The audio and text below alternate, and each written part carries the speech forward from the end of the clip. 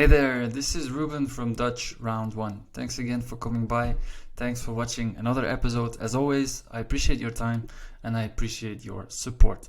Today we have some grammar for you. We're going to take a look at the use of the word WEL in Dutch. A little bit of a tricky one, but before we do that, remember to give the like if you like this content, subscribe to the channel if you want more, and let me know in the comments if this is useful for you or not. But without much further ado, let's go straight for our grammar lesson. Alright, so how will we do this? Well, we'll use examples. Alright, we'll use a couple examples, and every time you'll see a sentence, I'll translate that sentence. In that sentence, you will see WEL, and then I will explain what WEL in that sentence means. Alright, so that's it. And the first example is: Ik weet dat je niet van aardbeien houdt. Dat is niet waar. Ik hou wel van aardbeien. Okay, so basically it says, I know that you don't like strawberries, and then the response is, that is not true. I do like strawberries. Alright, so that's our first example. Well, in this case, is an opposite of a negative, right? Our first sentence, as you might recall and as you can see, is: Ik weet dat je niet van aardbeien houdt. I know that you don't like strawberries. Right? That's a negative. You don't like strawberries. Now, that is not true. The information given in the first sentence is not correct. So you want to counter that.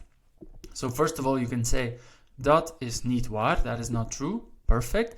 And then you want to say, I do like strawberries. Ik hou wel van aardbeien. So in this case, well, you cannot translate it literally in English, right? So how do we translate it in this case? Is basically, I do like strawberries. So basically, stressing do in English, basically also countering that negative sentence which you had in the beginning. So that's the first use of WEL, right? So countering a negative, countering an opposition. All right, we continue and we go to example 2, stressing the number, right? Hij heeft wel 10 jaar in Spanje gewoond, okay? Now, literally, if you translate that, he has lived for 10 years in Spain. Right? Now, what does that well do there? Because you can say, hij heeft 10 jaar in Spanje gewoond. He has lived 10 years in Spain, right? Hij heeft wel 10 jaar in Spanje gewoond. Now, basically, now you're stressing the number. And in that sentence, basically what you want to do, you want to stress the number, all right? You want to put emphasis on the number. And basically what you want to say, he has a lot of experience because he has lived 10 years in Spain and he knows the country very well. So in that case, you will use wel. Hij heeft wel 10 jaar in Spanje gewoond. Again, a literal translation is not possible, but here basically you give more amplitude, you put more emphasis on the number and you make it bigger, as it were, grammatically. Alright, there you go. That was example 2.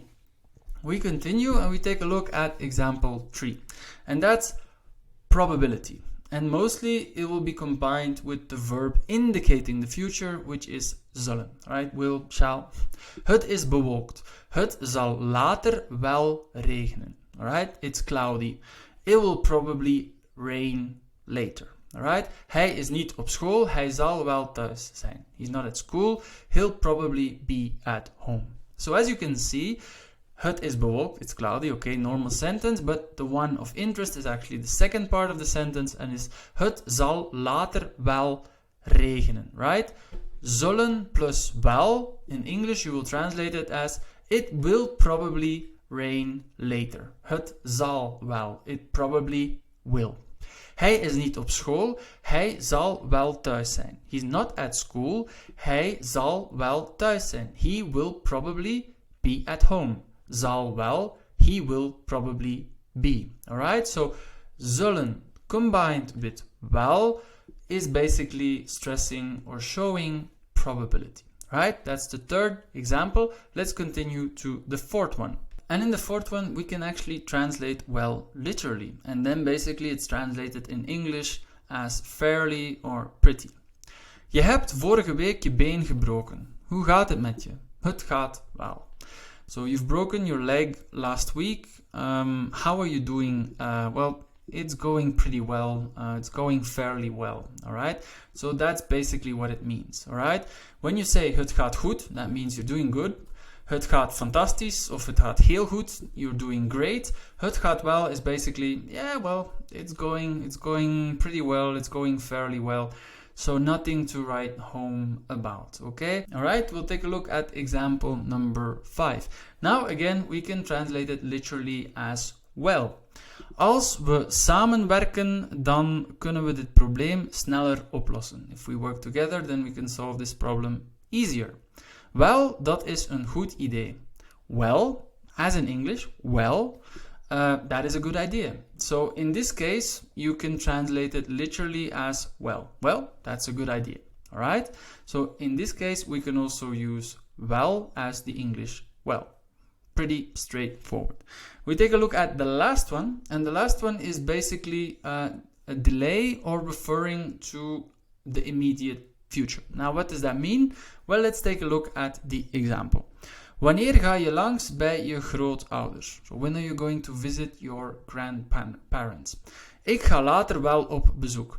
I'm going to visit them later. Alright? So, wanneer ga je langs bij je grootouders? Somebody's asking that person, when are you going to visit your grandparents? Now, ik ga later wel op bezoek basically implies that the person responding to it is saying, okay, I don't feel like going at the moment, or I don't have time to visit my grandparents at the moment, but I'll do it later. Ik ga later op bezoek of ik ga later wel op bezoek. Now, if you say ik ga later op bezoek, I will visit them later, that's basically stating a fact. Okay, no, I'll visit them later. However, when you say ik ga later wel op bezoek, if you put well in that sentence, that basically means that at the moment you're not up to it. At the moment you're busy or you don't really feel like it. Okay?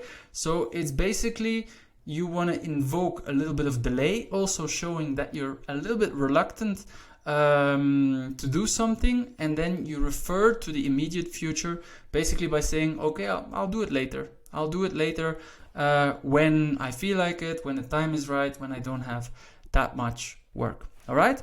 So these were the 6 examples of when we use the word well in Dutch. I hope it was useful for you. I hope you're less confused now if you see the word well in a Dutch sentence, or if you hear Dutch people or Belgian people use the word well, now you know what it means. I want to thank you again for watching. Subscribe to the channel if you want more content. If you like this video, please click that like button and let me know in the comments if this was useful for you or not. Remember, if you want to support the channel, go to the description box, click on buy me a coffee, and if you want to buy me a coffee, support the channel, I'll greatly appreciate that. I want to thank you again for watching, and I wish you a great rest of the day. Stay tuned for another episode of Dutch Round 1. Ciao!